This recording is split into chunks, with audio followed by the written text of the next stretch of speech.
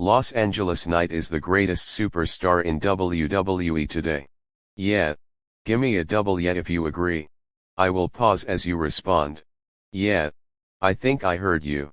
If you don't agree, let me break it down for you. So why is Los Angeles Knight not the world champion if he is so great? Why is he not the Intercontinental Champion in the very least? Why is he a guy who only gets to show up on Raw and talk to the Jimmy and Jay twins in the hallways of the backstage area? Well, Los Angeles Knight figured it all out.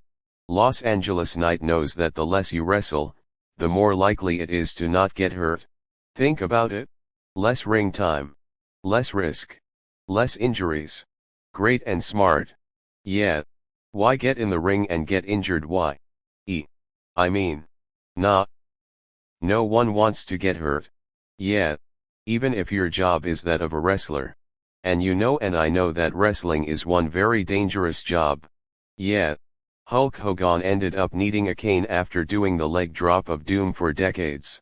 That move was so low impact, and Hulk Hogan ended up becoming a basket case who could not walk without the use of a stick. No offense to the cane-wielding individuals in society. But who wants to walk around with a cane? I know I do not. And I doubt you do not too. Los Angeles Knight sure doesn't. Yeah.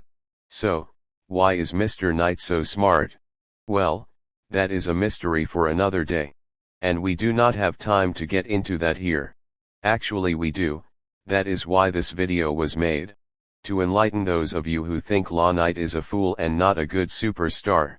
Some of you may be wondering in your minds why Knight is still with WWE. I know that question enters my mind every time I see him stalking the Usos. And when he is trying to get in bloodline business. I mean, what does he care about Roman Reigns and the bloodline for? He is not part of the bloodline. The bloodline does not attack Knight. Roman is so busy planning his next vacation, that he probably forgot Los Angeles Knight even works in WWE. Besides, other than losing to YouTube legend turned wrestling phenom Paul Logan, what has Los Angeles Knight done? He was duped into a win over Seth Rollins a while back. What must Los Angeles have thought when he found out his big win against Seth was nothing but a lie? He finally beat a real WWE main event showstopper like Seth. And then he found out Seth was faking that injury to trick CM Phil Brooks Punk. Los Angeles cannot catch a break. Or can he question? Think on this. The former Max Dupree shut the doors RTO his modeling agency. And decided to put so much effort into his wrestling. He came up with a winning move that is almost like a stunner. He bought those cool glasses. He got a customized vest.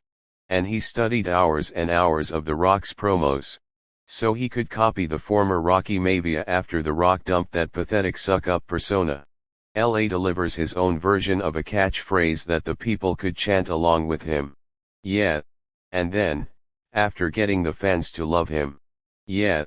WWE betrayed him by never letting him do anything substantial. Yeah. So Los Angeles Knight pulled the old switcheroo on WWE. Modeling his work ethic after Kevin Nash. Also known as Big Lazy in WCW.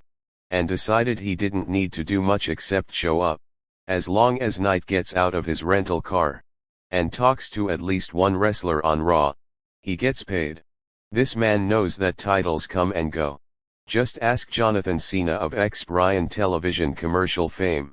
Cena won the world title 17 times. But he lost it 17 times. The same with old man Ric Flair, who was styling and profiling 16 times as a winner. Only to become a drunk loser 16 times as well. When I see Cena trying to get me to join Club WWE, I think, why would I? A winner want to join a club promoted by a 17-time loser? Cena cannot even beat Dirty Dom for the love of Pete. And Ric Flair can't stay out of the poorhouse. Winning is overrated. And who needs all that championship drama? The highs. The lows. Having to appear on boring radio shows. Wins in WWE mean little. And Los Angeles figured all this out. Think about this. Los Angeles Knight became the new Macho Man, snapping into a Slim Jim by doing basically nothing as a wrestler. He makes more money from those advertisements than he does as a wrestler. And with every Slim Jim logo painted on a mat, stuck to a table, or along the edge of a ladder, Los Angeles gets paid. He is so synonymous with Slim Jim, and WWE is deep in Slim Jim money. They cannot fire Los Angeles Knight. LA is the face of Slim Jim. And Slim Jim funds WWE.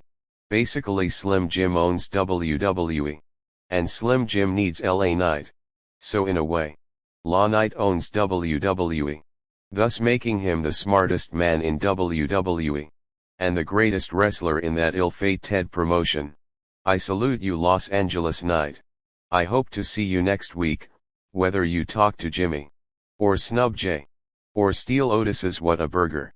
I love how LA outsmarted all the marks, and the smarks and the top brass at WWE. Another win for the good guys. On a side note, I am in dire need of likes and subscribers and views. Even if you hate this content, it would be cool of you to pretend to like it and click on the buttons that will make it seem popular. And if you don't care about helping me, I still like you anyway. Please have a good day. See you next time when we reveal more shocking truths that no one in the IWC has quite figured out yet. Have a nice day. Goodbye.